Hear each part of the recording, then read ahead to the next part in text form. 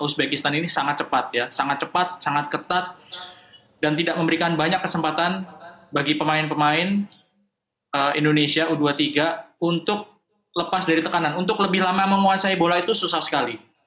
Beberapa kali, sering kali bola itu justru lepasnya di daerah pertahanan sendiri. Ya, kelihatan sekali beda waktu menghadapi Korea Selatan ketika pemain Indonesia bisa mengimbangi.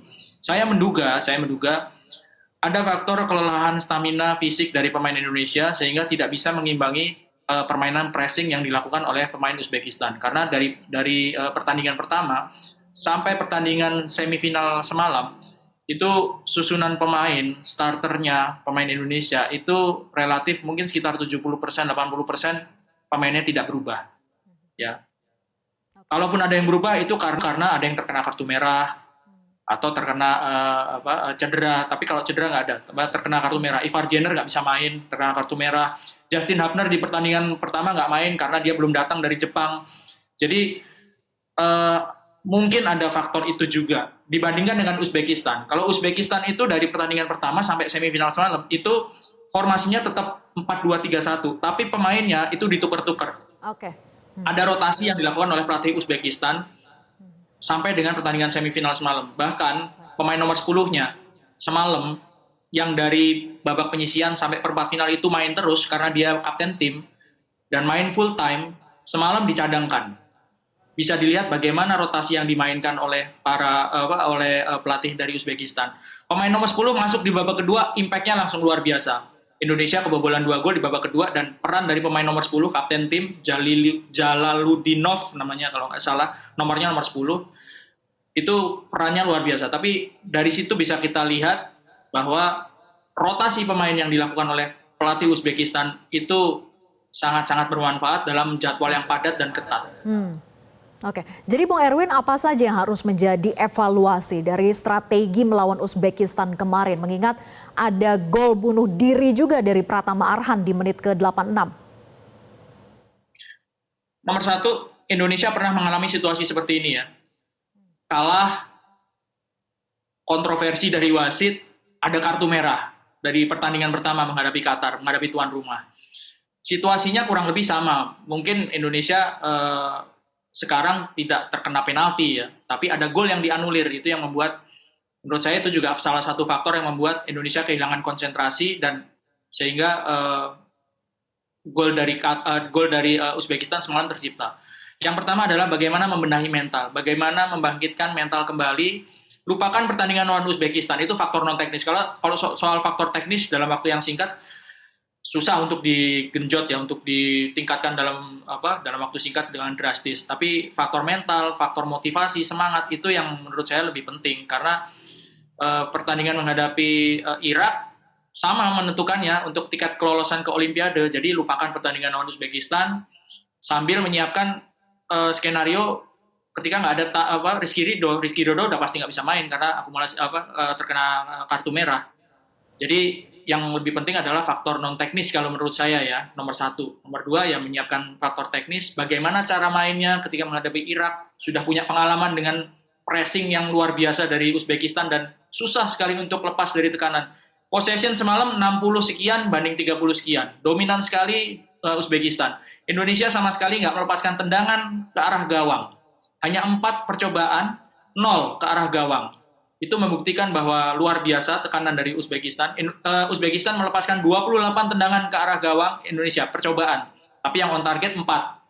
Ya, mereka bisa mencetak 2 gol. 28 dibanding 4 percobaan ke arah gawang. Itu kan luar biasa sekali dominasi dari Uzbekistan semalam. Oke. Mengingat Shen Yinhao yang tampil sebagai wasit dalam laga kemarin ramai juga dibicarakan gitu ya warganet karena sejumlah keputusan kontroversialnya. Apa catatan Anda soal ini? Ada 2 yang paling yang paling dibicarakan. Yang pertama tentu adalah gol dari Ferrari yang dianulir. Dilihat dari berbagai macam sudut, memang ada yang kalau dilihat dari sini nggak offside, Sananta dilihat dari sini offside. Tapi di dalam ruang VAR itu apa yang ada di dalam ruang VAR itu nggak semuanya ditampilkan di layar gitu, nggak semua ditampilkan terutama di layar TV ya.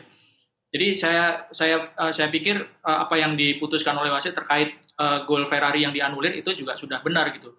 juga ada yang menyebutkan bahwa sebelumnya ada kontak yang dinilai sebagai pelanggaran gitu antara Sananta dengan bek dan kiper dari Uzbekistan. Yang kedua tentu kartu merah yang diterima oleh Rizky Ridho gitu.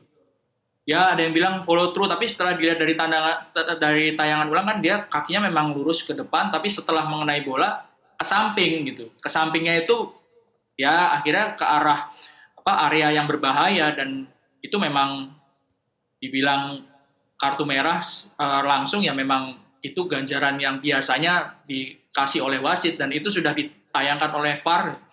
Apapun itu ya memang harus diterima gitu. Mungkin satu-satunya keputusan yang kok gitu ya waktu Witan dilanggar di ujung kotak penalti di luar, kok bukannya tendangan bebas malah drop ball, itu yang mungkin menjadi salah satu tanda tanya juga. Tapi itu kan bukan sebuah pelanggaran yang krusial karena itu kan di luar kotak penalti. Meskipun itu bisa menciptakan peluang, tapi bukan pelanggaran yang krusial. Misalnya di dalam kotak penalti, pelanggaran atau handball itu kan bisa menyebabkan penalti yang peluang golnya besar sekali gitu. Jadi kalau bertanding di perebutan peringkat ketiga, Indonesia dan seluruh pemain, Coach Sintayong juga, itu harus menyiapkan mental untuk kondisi-kondisi yang seperti itu gitu. Karena dengan kondisi yang seperti itu bisa mengganggu konsentrasi, fokus, disiplin, itu bisa terganggu. Sudah terjadi 2 kali ketika menghadapi Qatar, menghadapi Uzbekistan semalam. Oke. Jadi selain mental yang harus siapkan, apa modal kita melawan timnas Irak nanti? Teknis yang jelas ya. Teknis Indonesia diuntungkan dengan kembalinya Rafael Struijk. Kehilangan Rafael semalam kelihatan sekali ya. Tidak ada pemain striker, pemain depan yang bisa menjadi tembok, yang bisa mencari ruang seperti Rafael.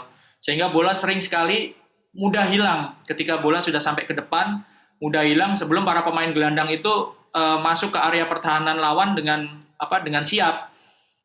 Jadi kehilangan Rafael Struijk ini bisa kembali di pertandingan nanti lawan Irak. Ya secara teknis mudah-mudahan di lini penyerangan bisa lebih tajam itu, karena semalam kelihatan sekali hanya 4 percobaan ke gawang, 0 yang ke arah gawang. Itu PR banget gitu. Jangan sampai kejadian lawan Irak, karena kalau percobaan ke gawang nggak ada atau tendangan ke arah gawang nggak ada, bagaimana bisa tercipta gol untuk menang? Secara teknis itu sih yang paling penting ya. Bagaimana bisa mencetak gol setelah semalam itu susah sekali untuk keluar dari tekanan. Oke, Bung Erwin, seberapa optimis Indonesia bisa berada di peringkat ketiga dan berapa prediksi skor Indonesia versus Irak nanti? Kalau dilihat dari kualitas permainan ya, Irak 4 tim semifinalis ya, Irak, Uzbekistan, Indonesia serta Jepang. Ya memang yang masuk ke final memang lawan standing Uzbekistan dan Jepang. Sementara Indonesia menurut saya seimbang kalau lawan Irak ya, cenderung lebih seimbang. Irak juga pernah kalah di penyisihan grup, kalahnya lawan Thailand. Tapi mereka juga bisa menang lawan Arab Saudi, sama seperti kita. Indonesia kalah lawan Qatar, tapi bisa juga menang lawan Korea Selatan. Jadi menurut saya secara teknis seimbang. Tapi kalau sudah di pertandingan terakhir gini, mungkin pertandingannya juga skornya nggak akan besar, 1-0 atau 2-1. Tetap optimis Indonesia bisa menang.